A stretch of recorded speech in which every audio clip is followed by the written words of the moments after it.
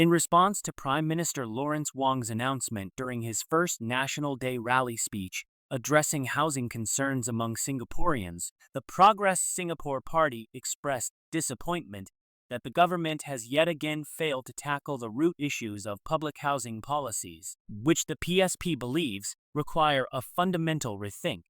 During the NDR speech on Sunday, 18 August, PM Wong announced additional support for lower-income couples seeking to purchase their first homes.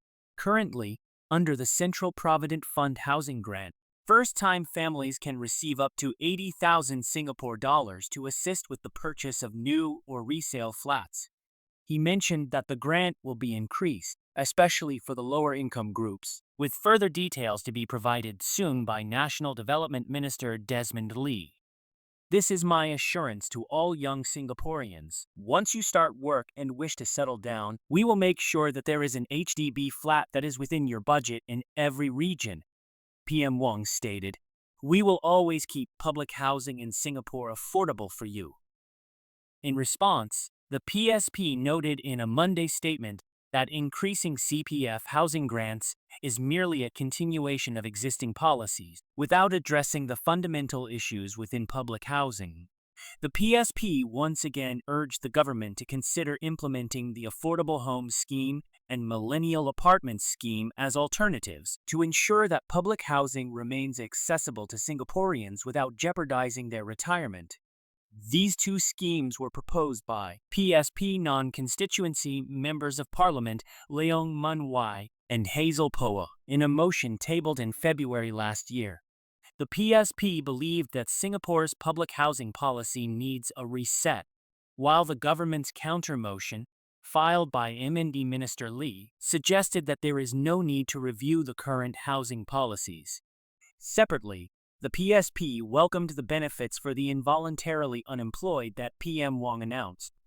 As I said during my budget speech in February 2024, retrenchments are becoming increasingly common, and temporary financial support would be greatly beneficial to retrenched workers seeking a new job, said PSP Secretary-General Hazel Poa. While the PSP was glad that the government was now ready to implement a scheme to aid the involuntarily unemployed, Ms. Poa pointed out that, based on the current details available for the SkillsFuture Jobseeker Support Scheme, more could be done for lower and middle-income workers. She added that the PSP looked forward to debating this in Parliament. The PSP was heartened that the new PM places great emphasis on addressing the nation's low total fertility rate, particularly through the new 10-week Shared Parental Leave scheme for infant care, with government payments of up to 2,500 Singapore dollars per week, effective from 1 April 2026. The PSP noted that this was a much-needed change to promote the sharing of parental duties.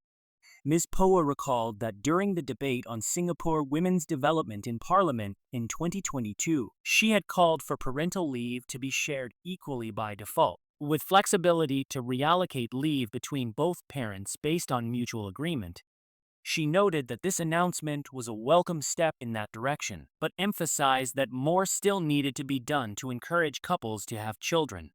Nevertheless, Ms. Poa affirmed that the PSP would continue to engage the government in Parliament to ensure that it acted in the best interests of Singaporeans.